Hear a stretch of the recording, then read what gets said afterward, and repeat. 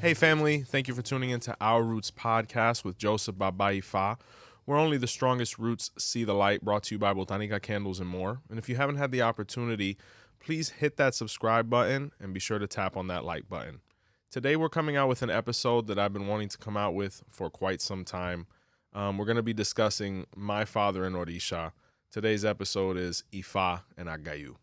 And today I bring on a very esteemed guest, someone that I've known for quite some time, a friend, Miss Sheena Ala Agayu. Hello, thank you for inviting me. Sheena, thank you so much for being here. I'm so excited to be able to talk about Dad. He's pretty awesome. It's like we were saying before we started recording, no one likes to talk about this guy. Yeah, he's like the redheaded stepchild. Nobody really acknowledges him for how fundamental he is. He is, and he's like very stoic. He really doesn't care. I think that's the best part about Agayu. He's like, if you like him, that's great. If you don't like him, that's fine too. That's just fine too. And I notice us as kids, we're kind of like that as well, Yes. right? You know, you either love us or you really just, you keep it moving. So before we get into Agayu and how he relates to you and comes into your life, I want to kind of build up your background story, give people the opportunity to get to know you.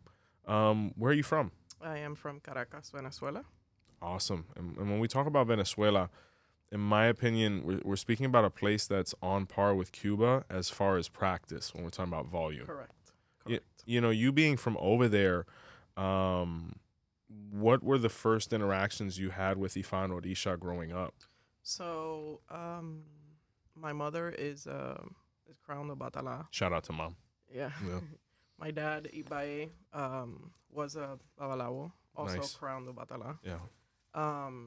My mom got crowned when I was 4 years old, and Oh, my wow. dad made 𝗃𝗏 when I was 4. Wow. So essentially, my childhood was surrounded by santeros and santeras. We used to go to my madrina's house, which was actually my mom's madrina's house, but I thought she was my madrina. Of course. And I learned a lot from them. My dad was a godson of 𝗃𝗶𝗵𝗁. 𝗃𝗶𝗵𝗁𝗍. 𝗃𝗶𝗵𝗁. Wow. And could you say your dad's name just to, kind of help people understand the panorama? Because he as well was known musically, from what I understand. Alfredo Padilla. Wow. And, as far as like musically, what was his, instrument of choice? What were some of the things he was involved in over there? He was a percussionist. His instrument was el timbal. Okay. That was his thing. bread and butter. Nice. So he played with La Dimensión Latina, 𝘃𝗶𝗵𝗁𝗍. Wow. He had his own band at one time, which was called La Salsa Mayor. Wow. And then he did projects abroad, Japan, France. He collaborated with a lot of people. So, Well, an accomplished guy, definitely within his realm. Definitely gone far too soon. But, the beautiful thing about our culture is that ancestor worship. We're always bringing them up. We're always leaning on their examples to be able to progress and grow. And what was your relationship like with Dad? I mean, having a dad is about, like some people say, oh, I'm a preacher's kid, you know what I'm saying? But having a dad is about 𝗷𝗏, you being la niña de la casa, what was that dynamic like between you and him? So my dad is my hero. Nice. For several other reasons. But my childhood with my dad consisted of Mondays we would tend to the guerreros, and so we would do that. He would teach me how to tend to my things and then explain to me some of what I could learn and know about the things that he had. And then I am pretty positive, and I only learned this after I was older, that he would consult himself, and he would start reading the pataquis, and he would read them to me. Wow. So I learned a lot about things that most people don't typically study. Yeah, you had, and even though we won't say it here, I mean, based on your Odu and who you are and your background, it makes a lot of sense why you were born into that situation. And, shout out to Dad, because I'd be lying if I'm not going to be introducing that to my children as well, especially the ones that, are just being born or still in that pre-adolescence, because the greatest inheritance we give to our children is our culture. Correct. You know what I'm saying? And I'm sure it's served you. How old were you when you got initiated in the Mano Orula? In your hand of Ifa then? I was almost 4 years old. Okay. So you guys were all kind of coming in together.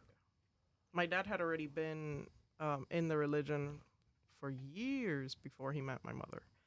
And then they got together, they got married, and so what ended up happening is my dad had his guerreros, and he would go away on his trips, his bailes or whatever. And Yeah. my mom would stay at home, and she'd sit there and like talk to his santos, Claro. his guerreros at home. And so one day, mi padrino Isidro tells my mom,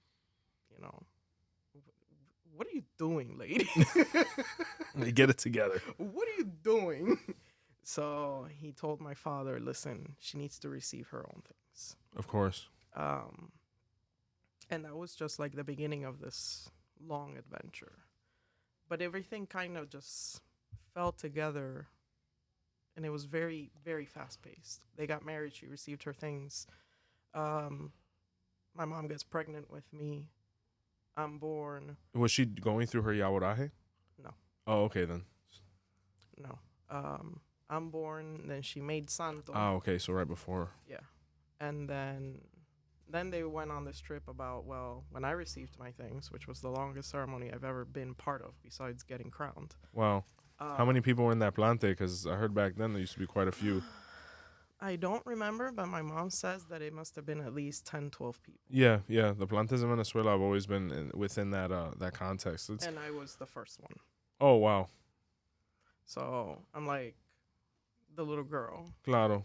And I sat in that room while they were trying to mark my guardian angel for like 2.5 hours. I can imagine. And I was not having any part of it. Claro que no, because when we're talking about Agayu, he's not on the top of anybody's radar. Do you remember who actually said, "Oye, Agayu"? Was it Padrino Isidro or just? I don't remember. Somebody. They must have went to the back of the book then. I don't remember, but I remember the conversation was surrounding the river because of my sign. Yeah, of course. Yeah. And they asked Ochun, she said no. They asked Fulano, they said no. And finally they started going to like the special section. Yeah. Orisha, Lokung, the people that sit in the back of the bus. Correct. Yeah. And finally they were like, Agayu. And everybody was like, I remember. You get floored, yeah. Yeah. I wish my experience was that much of a surprise. Apparently people knew Agayu was going to be my father, period. I'm huge. I break things. And I remember I was thinking like Shango. You know what I'm saying? I'm like, I'm a son of Shango. Maybe because I was raised with two of them. But I'll never forget when I go for my 𝗃𝗏 Orisha, I came out with so many osas, so many nines all over the place. The Oriate didn't even give me a chance because I was going to ask for Shango. And then Agayu came out, and my madrina was like, I told you. I'm like, everybody knew but me. You know what I'm saying? But, breaking my whole life. So as you've grown now and you began to understand who Agayu was, what were your feelings like when you started to understand his concepts and be like, oh, my God, this is my Orisha? When I started actually understanding the nature of my Orisha, it was kind of like, it was eye-opening. It was kind of like one of those, oh, wow, so many things make sense now. You go through life with all these traits, right? And this way of being. Yeah. And you don't really know. You're like, okay, my dad's not like that. My mom's not like that. And I'm not trying to sound like stereotypical, but children of Agayu tend to have a temperament. We're very stereotypical. He doesn't hide who he is, and he doesn't let us hide who we are either. Right. And so, my mom has her temperament. My dad has had his, but I've always been this. You took it to another level. Yeah, like intense. Yeah. And for the longest time, I was like, why the hell are you like this? Like, yeah. What is wrong with you? And then, you start learning, and I'm like, oh, that's why. What did Dad have crowned? My dad had crowned Obatala. Just like Mom. Mm-hmm. And that's a really interesting dynamic because those two Orishas didn't get along a lot. Correct. When we delve into the 𝗃𝗏𝗹𝗁, it speaks of when Agayu and Obatala were always going kind of like back and forth. You know what I'm saying? And the reason being is because there was a competition going on to see who was going to be the owner of all heads. Agayu started playing a little bit dirty, and he started filling the path with snakes, and Obatala was terrified of them, right? So his children, Shango and Eshu, went to Orumila and said, we need divination done for our father because he's destined for something, but Agayu's not letting it happen. Divination was done. Irosofun came out where they said they needed to get Agayu drunk, right? And they partied with him. Agayu passed out. Obatala was able to sneak around everything and make his way to Olofin's palace, right? He was crowned, but Agayu found out and he started flipping out, right? Volcanoes exploding, earthquakes. And Olofin was like, I got to give this guy something so that he'll calm down because I can't even deal with him, right? He called him in and he said, I know you're angry, but you can't change destiny. So you're not going to be the owner of heads, but I'm going to make you the one who controls the ambiance in all of the rooms of initiation. You set the tone, right? And he was content with that. And that's why when you look at Agayu, because it's not only the volcano, it's the desert, it's the tectonic plates, it's all of these different things. He has a lot to do with energy. So I ask you as his daughter, how important is that energy for you? Like, are you somebody that picks up a lot on things, Oh, yeah. the mediumship? Like, what has that experience been like for you starting and then now as you've matured? So at the beginning, I didn't really know what I was feeling. All I knew was that I could go into a room and kind of feel what was going on or what is going on. I can kind of read where the situation and the atmosphere is going. Yeah. And then I started, just kind of, okay, I'm going to just blend in and just go about my business. And then I started developing myself, spiritually. Yeah. And then, that took it to a whole other level. Yeah. But yes, I am very, I guess you could call it empathetic. Yeah. I feel what other people feel. Yeah. And it's always been that way. When I got crowned, it took on a whole other level. Yeah. And, when we talk about the spiritual process of you guys, Agayu is so confident in himself. He wears a skirt of 9 colors. So when you look at that, you're kind of like, what's going on here? We got the masculine of masculine, and, he's rocking a dress, to a certain degree. But when we look at the 𝗿𝗶𝗶𝗶𝗃, Agayu was not well liked. You kind of see this common theme as he goes through the patakis and the mythology where it wasn't that he wasn't doing anything wrong per se. It was just people really did not give him that chance, Correct. So it ultimately led to like a Frankenstein story where people started chasing him and trying to off him. And he ran into Oya in the jungle. She saved him. And she saved him, right? And she said, what's the problem? And he's like, these people are going to kill me. I need to disappear now. So she took off the 9, cloths that she wears, her dress, and she gave them to him.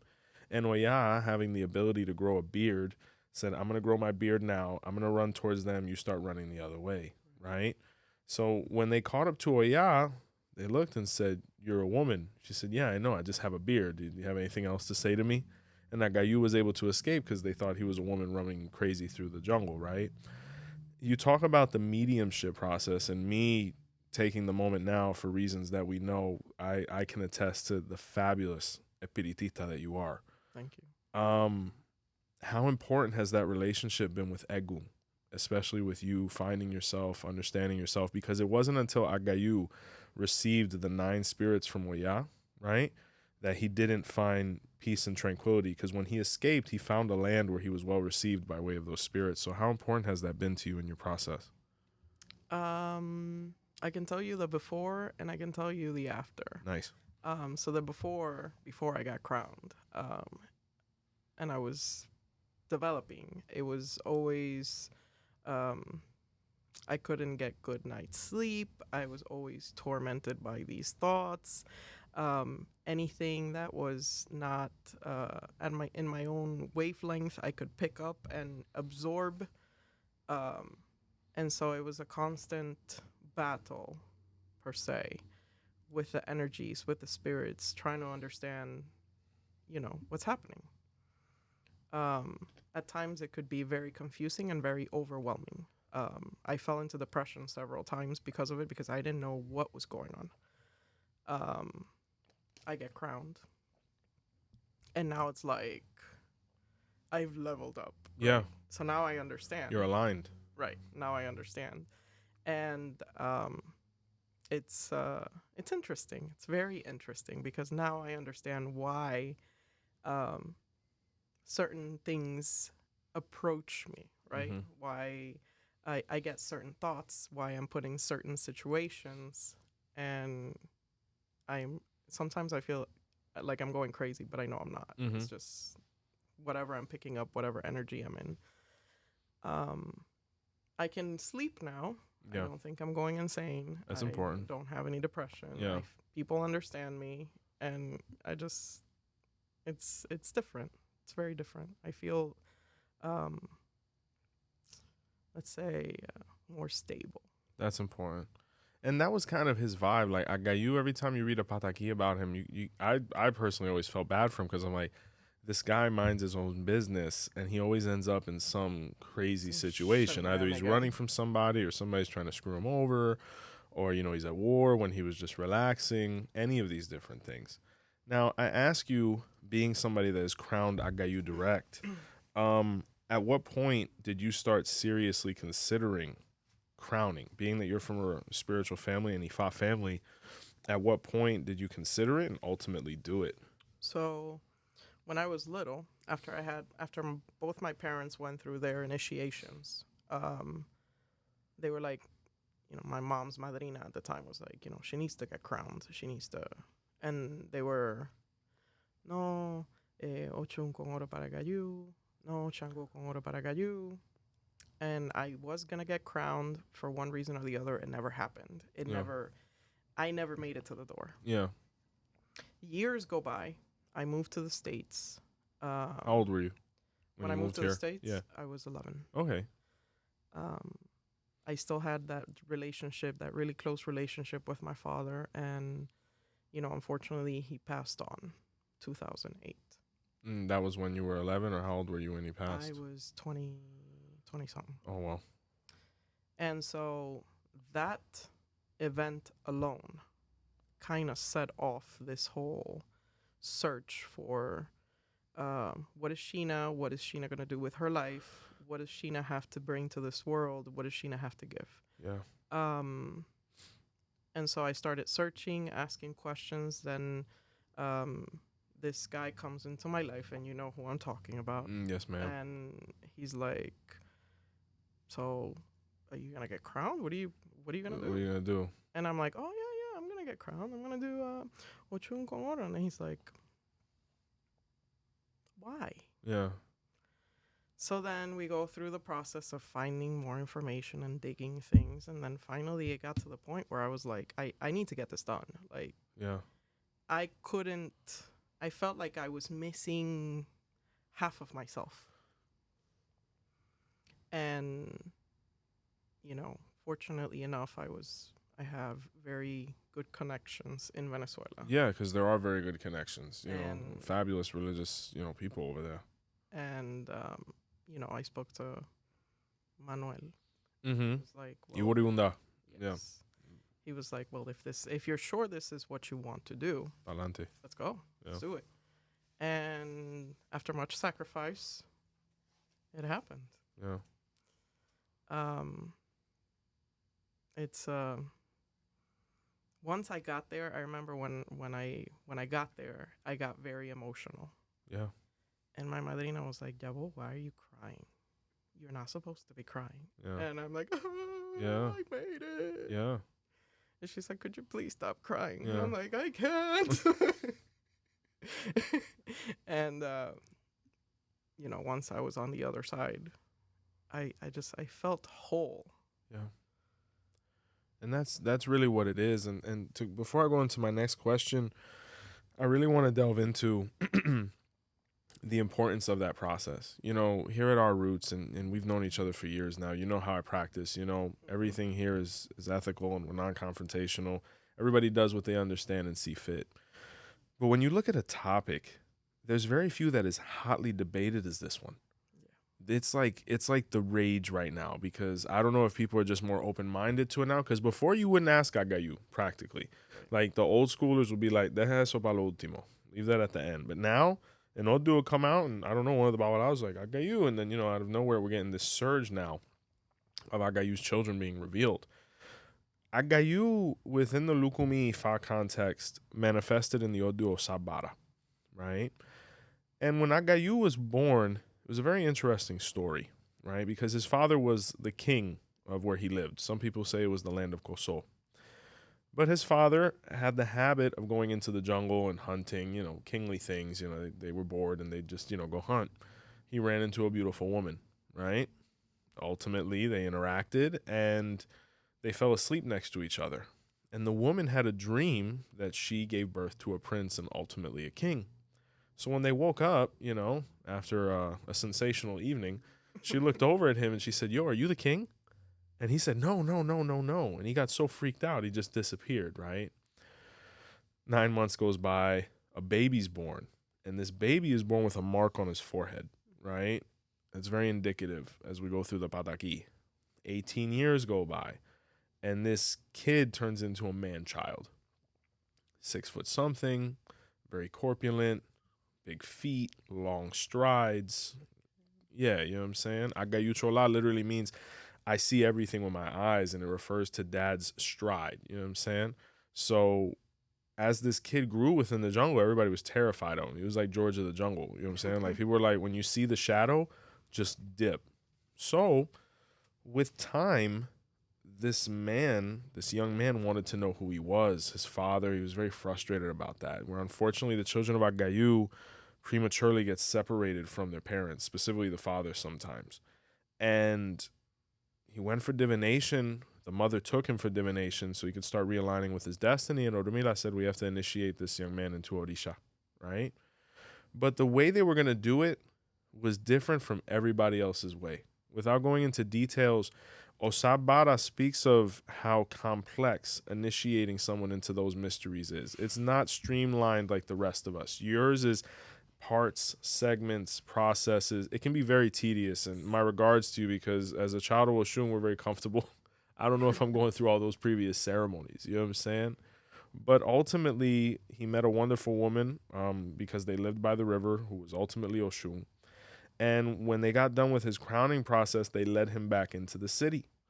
And when they went in, they saw the resemblance between the king and this young man, where the king came out and said, "I'm looking at myself." The mom came out. He was like, "Oh my God, that's my baby mama." You know what I'm saying? And he didn't know he had a kid.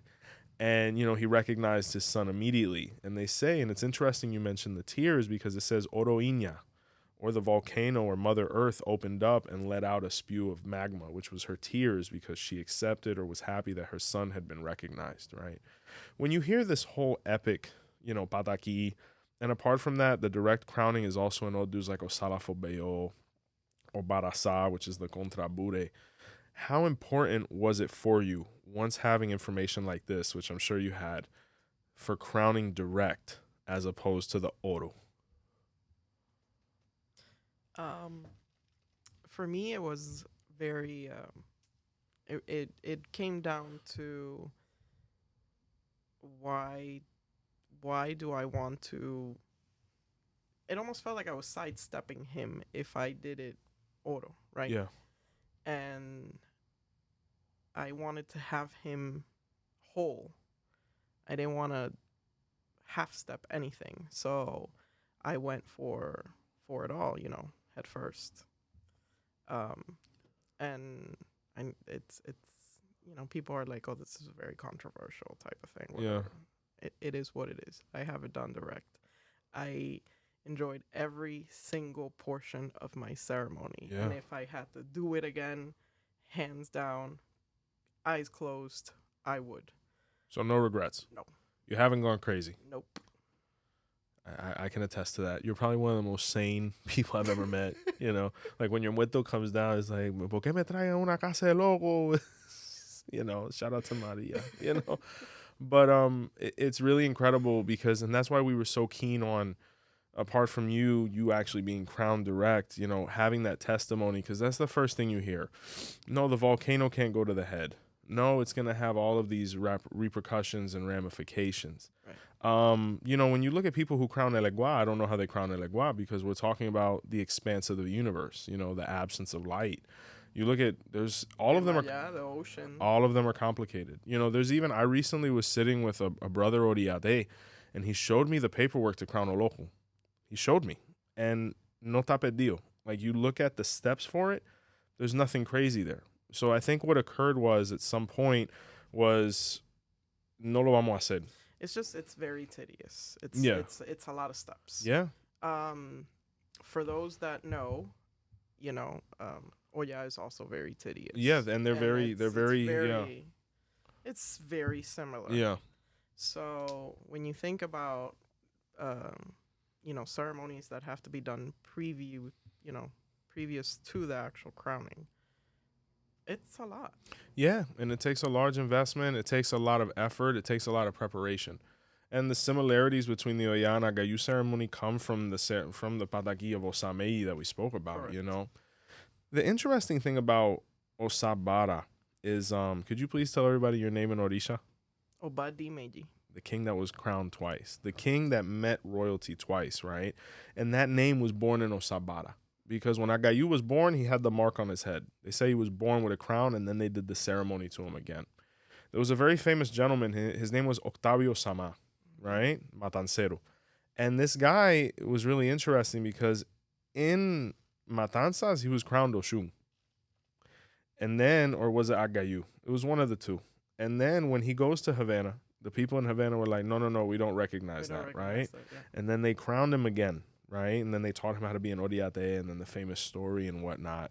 You know, it's interesting because we in the Lukumi tradition, we're very Oyo-centric in that regard, where once something goes to the head, we're done. But that's it. We're very Shango-centric in that regard because in Oyo, when you initiate into Shango, they're like, we don't do that anymore. It stops there. So that's where our concepts come from. But I ask you, you know, knowing the legacy behind your name, knowing your process and what you went through, and knowing the benefits that you received from crowning direct, what ultimately now is your view of the Oro process for the people that go through it? Why? Yeah. Why? Yeah. It has to be some sort of really special situation. Yeah. But even so, why? Yeah. And, you know, there's very prepared 𝗃𝗏𝗃𝗏s that aren't even with us anymore that had that concept as well. Like, for example, I had a hand of Ifa recently where the young lady came with the 𝗿𝗲𝗿𝗏𝗿𝗏𝗿, where Olokun speaks very heavily. And one of the 𝗃𝗏𝗃𝗏s there, a younger guy, he was like, Baba, let's ask for Olokun. And I said, you're completely right based on the sign. That would be my first option, right? But based on our tradition and based on our community's views on it, I want this woman to actually crown her Orisha, right? If I mark Olokun, and it's very likely that Olokun can come out here as a compatible energy, they're going to crown her Yemaya anyway. Right. Not to say Olokun's not the lady or man, however you want to look at it. But let's go through more, you know, streamlined options before we start having to delve into things that could be viewed as a little more experimental. But the thing about Agayu is there's really nothing experimental about it. Right. They say that they didn't want to crown Agayu back in the days because who had those secrets was Matanzas. You know, when you look at people like Fermina Gomez, you know, your friend knows Matanzas very well. 𝗃𝗏𝗃𝗏𝗃 was crowned Agayu direct by Fermina.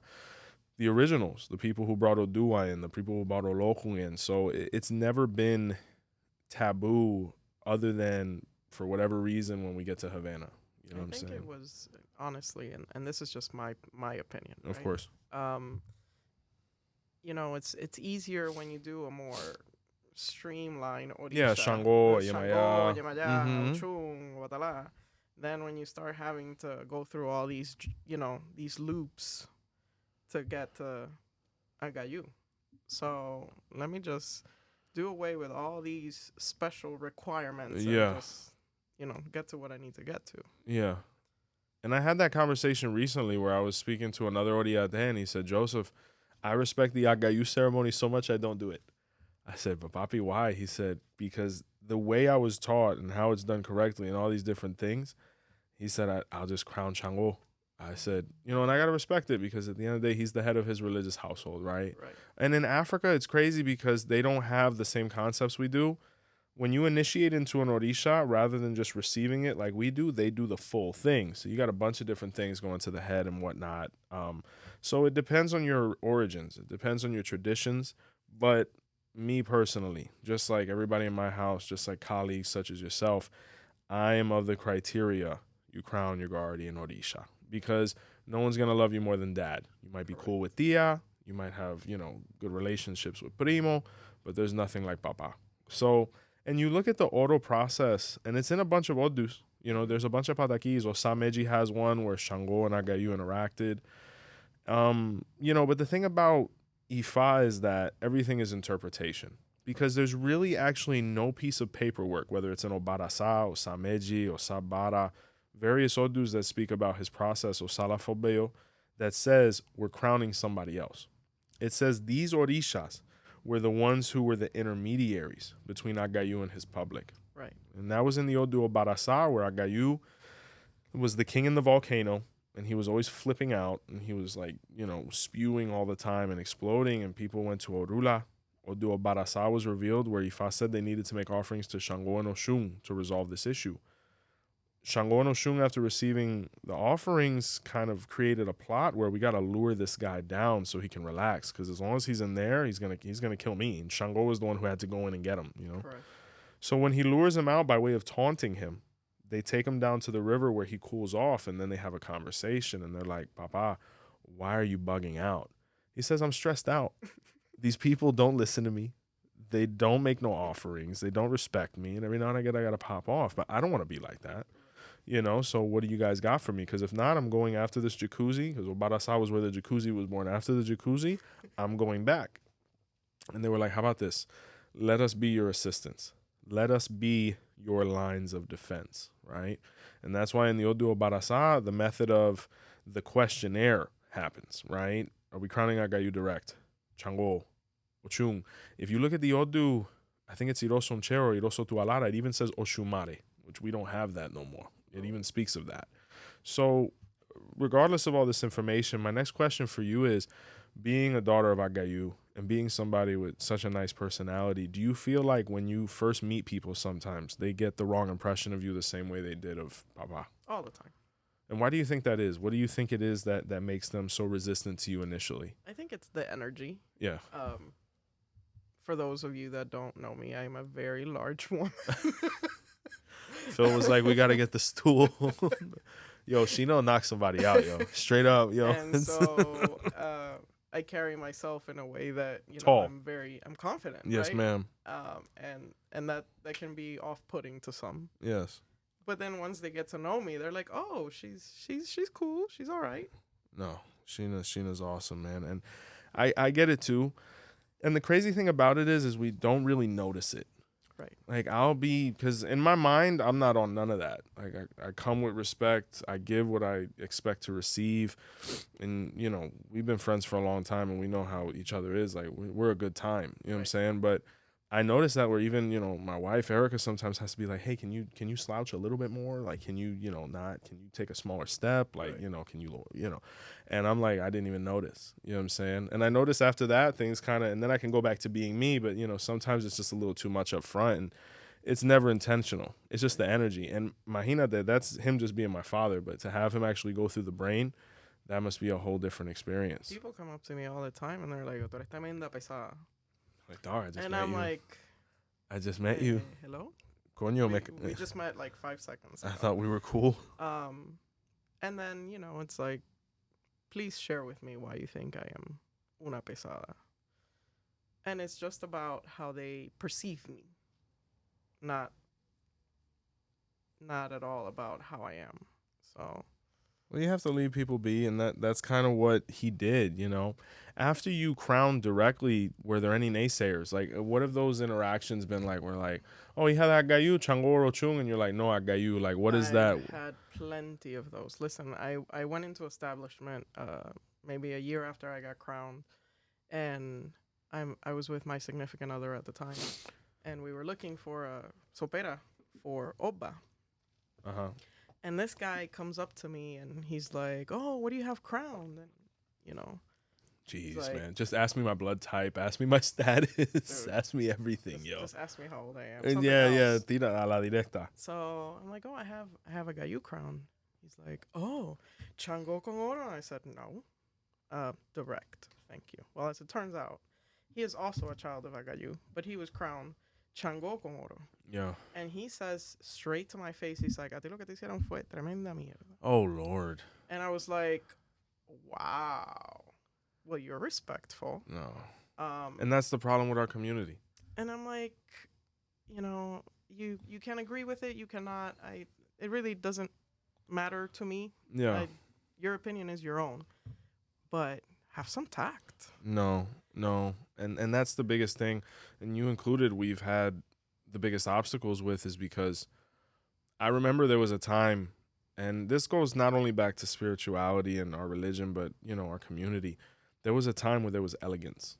Right. As far as interaction, like no one was ever capable of any disrespect. No one was ever capable of a curse word. No one was ever capable of making someone feel uncomfortable, because that same person that you mentioned, if he goes to Africa and says, "No, I'm Agayu, but I'm Chango," they're gonna look and be like, "What is this?" I had the pleasure of interviewing 𝗃𝗶𝗸𝗲, and with all due respect and love, 𝗃𝗶𝗸𝗲, when I said the word Orisha 𝗃𝗶𝗶𝗶𝗲, he didn't even recognize it, and that's okay because. Things change, things move. It's all good, and nothing but love to that camp. But that's why it is so important, that tact. Like, even when 𝗃𝗶𝗸𝗲 said it to me, he said it in the most respectful ways. Like, that may exist. I just haven't encountered it. That's how you maneuver. That's elegance. And you really don't see that. And that's why it's so careful how people maneuver, because you might be right here and then you go somewhere else and you're wrong. Because he can go to a house where they crown Ochun and they'll be like, "Te hicieron chango, es horrible." Correct. So I'm sorry you went through that, but it's just becoming more and more common. I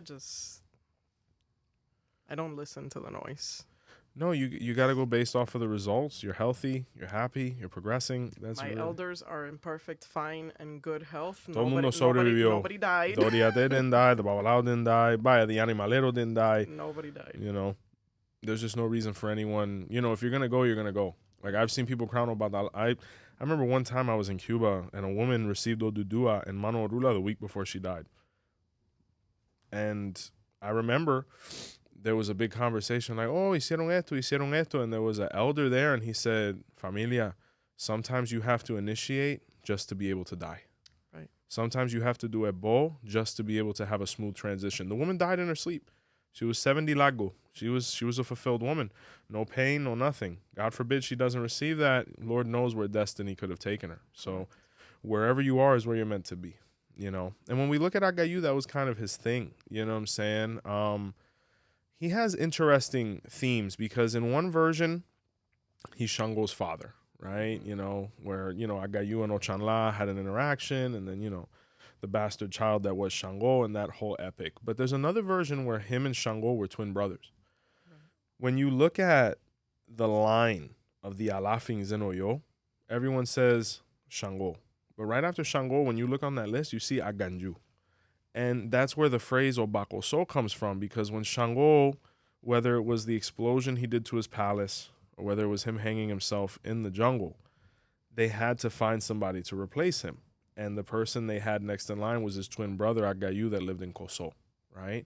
So when his twin brother comes back and all his enemies see the same guy that they thought they had killed himself, they said, 𝗃𝗏𝗏𝗏. The king did not hang because it was his twin brother. I ask you this because Agayu is like, he's super clutch. Like, you look in certain patakis, when people needed a savior, he was there. When people needed something extraordinary, he was there. Do you find yourself in that supportive role sometimes with people where it's like, "Sheena, I need your help. Sheena, it's 3 a.m. Sheena, I need advice." And how have you been able to, interact with that and utilize that? So I've kind of come to terms with the fact that people will sometimes just call me just because they need help with something. Yeah. It was very frustrating at first, but once I accepted it, it was like, okay, this is what it is. And so I do what I can up to the point that I can, and then, you're on your own. You gotta figure it out after that. I've had people call me at 2 a.m. with panic attacks, and I'm just like, half asleep. Just with the phone on green. Just on, yeah, and it's okay. You're gonna be fine. I've been there before. You know, just take a deep breath, and it's one thing after the other, and I'm okay with that. I do what I can. I would call that the boatman complex, because Papa, apart from being fire and brimstone in the desert, he was a river deity, right? And you know, he was the boatman, and he would take people back and forth. You have to imagine complete servitude. There's even a pataki in 𝗃𝗶𝗍𝗁 where they didn't pay him. Correct. You know what I'm saying? Where 𝗀𝗲𝗿𝗏 and 𝗃𝗏 were like, yeah, a little bit further, and then he flipped out, and then they decided to swim the rest of the way. Right. You see that a lot, but his whole time, all he was doing was hearing people's problems. And he never really had a chance to speak with nobody, because when it was time to listen to him, everybody would get afraid, because they're like, yo, we didn't even know you were going through that. Right. And that's very typical. So at least for me, in my situation, in my life, I listen to everyone. For some reason, people confide in me. They tell me all their problems, their most, difficult situations. And sometimes when you're going through situations, there ain't nobody there for you. Claro. And so you kind of have to let's toughen this out. Yeah. We got this. Let's take another step. Yeah. Let's be the mountain. And that makes a lot of sense. And I tell you, if there's one place you're going to trust, it is the volcano. He doesn't talk to nobody. He's alone. He's stoic. And that was one of the things I remember when in my 𝗃𝗏𝗿𝗏 Agayu came out. I was like, okay, I'm clumsy, and now everybody knows it. You know what I'm saying? But when you really look at this personality, he was beautiful.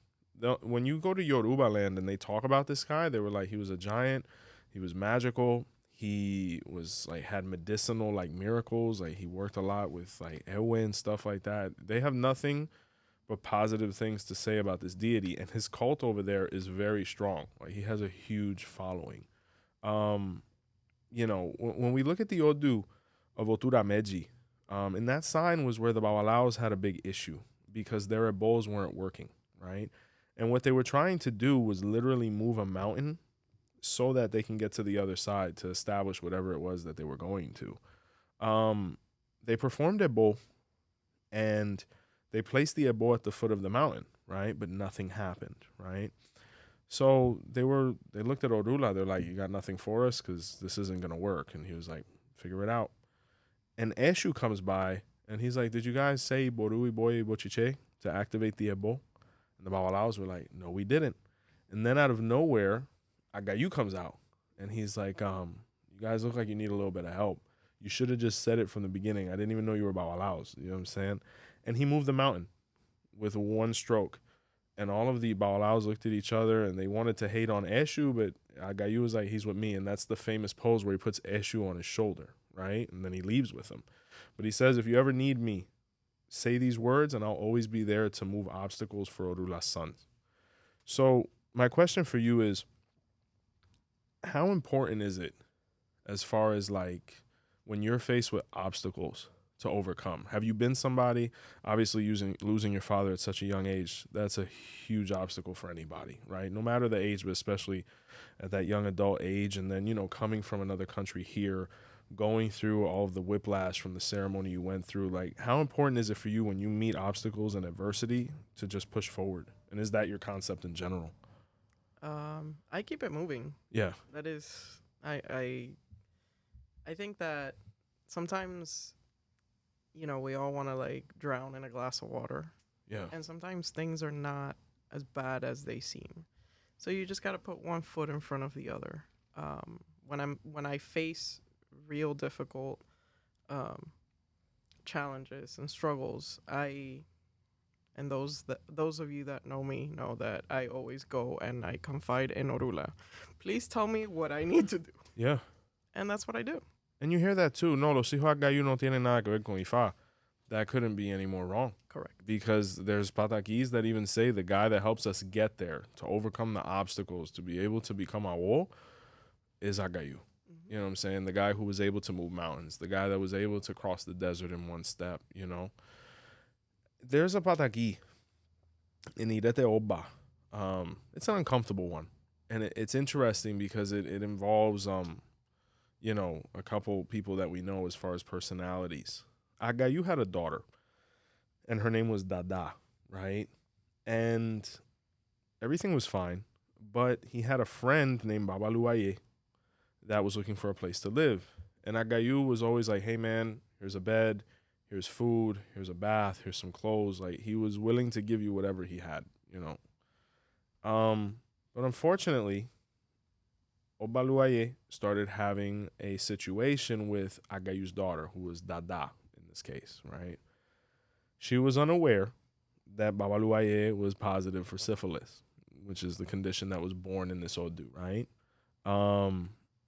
Little by little, she started showing these symptoms. Her hair started falling out, sores, etc. And the one who revealed the whole situation was 𝘃𝗶𝗱𝗏 to his father, Agayu. Because Agayu was like, Mija, what's going on with your hair? Like, she was using a wig and she was wearing a lot of makeup. And he's like, is there something we need to talk about? And 𝘃𝗶𝗱𝗏 was like, oh, you don't know that 𝗹𝗶𝗸𝗶𝗍 sneaks in her room every night and he's this, this, and this? And Agayu flipped out. He literally flipped out. Like, 𝗹𝗶𝗸𝗶𝗍 escaped by a hair, right? The other half of the story is that Shango meets 𝗹𝗶𝗸𝗶𝗍 in the forest. 𝗹𝗶𝗸𝗶𝗍 doesn't tell him what he's done to his sister, 𝗲𝗍. And once again, 𝘃𝗶𝗱 strolls by seeing 𝗹𝗶𝗸𝗶𝗍 in Shango's house. He's like, you let that guy live with you when you see what he just did to your family? Right. And there's versions where Shango killed him right there, you know, and he brought the body back to Agayu and he was like, this is for our honor. You know what I'm saying? Very epic pataki. But my next question is, how protected do you feel being a daughter of Agayu, especially after hearing stories like this with what he did for his daughter specifically? You know, what's it like? I can tell you that I've never felt unsafe. I've always felt very protected. Yeah. Always, no matter the situation. And I also have that connection with my Orisha. I talk to him, I tell him what's up, and it never fails to surprise me how quickly and efficiently things can turn around just having a conversation with my Orisha. So I never doubt his presence. He's always there. He's a constant for me. I tell you, when I consult myself or have anything that comes up with him, I know it's serious. Because, I mean, literally, you know, I'll look at the 𝗃𝗶𝗱𝗏 and I'll be like, are you even there anymore? Because we don't. And it's a beautiful thing, because I think the strongest relationships you have with people sometimes are the ones you speak with the least. You know, those kind of friendships take the least amount of stimulation, and you never have to doubt whether there's still loyalty or fraternity there. You know, so I've always had that relationship with him, and you know, it's every time I do something with him, the results are astonishing. Like, it's very quick, it's very fierce, it's very decisive. It's very decisive, yes. And it's like, it's over with. You know, he's not like other, like Ochung, I have to ring the bell an hour to see, you know, an inch move. But with him, it's like, you need this? All right. Because that's how he moves. He's like, I'm going to take one step, but that's going to be it, you know? You having gone through your process of crowning direct and seeing all the benefits, what would you say to other children of Agayu that are out there, whether they're recently revealed or possibly thinking about crowning within these next, I don't know, year or so? What would you say to them if they're still in that debate of, am I crowning Agayu, am I not? What am I doing? What advice would you give to your brothers and sisters there? Wow. I would say to have a conversation with your guardian angel and ask him for the guidance. Confide in him, and you know, if you're not sure, do some research.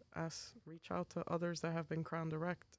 See what their experiences have been, and if that is satisfactory, then go through with doing it direct. I don't subscribe to the sidestepping. That's just me. But do your research. Come to your conclusions. And that's what we're real big on here, and we've worked together numerous times. You know, we've had these conversations, and if you have the information, you have the right. You know what I'm saying? But if we don't have the information, we need that confirmation, because it's not only mi casa lo hace así. You know, there has to be some scripture here, because if not, then this is nothing more than African espiritismo. You know what I'm saying? So very good advice there. How has Agayu changed your life? And what would you say to him if you had the opportunity to look him in his eyes? If I had the opportunity to look at him in the eyes, I would just say thank you. Thank you, because it's an honor. I feel very honored to be his daughter. But my life went from a bunch of ups and downs to went from unstable to steady. And it's just the only difference is before I was crowned and the after. So he's that backbone for me. He's that stability. He's that cane. Baton biaya. Sheena, what a beautiful conversation. Yes. Thank you so much for representing our, I gotta say, because if somebody says, "Tu eres hijo Agayu," or "Tu lo tienes coronado," I say yes. People think it anyway. I tell them Ochung and they get surprised. They're like, no. But such elegance, such poise. Before we disconnect, is there anything you'd like to leave as some final thoughts for our Roots community or the Ifa community in general that's going to be viewing this? Like I said earlier, do your research, ask elders, ask other people that have gone through some similar experience, and don't lose faith. Don't ever lose faith. The lack of faith will lead you to despair. So they're always there, no matter what. Mima, thank you so much. Thank you. Awesome. Family, couple closing thoughts before we go ahead and disconnect after this wonderful interaction. If you're interested in consultations, products, anything of that nature, Botánica Candles and more.com is up and running for your convenience. Our Roots podcast can be found on all mediums and all the major platforms. Please subscribe, like, comment. A big thank you from all of us here at Our Roots podcast. And until next time, see the light.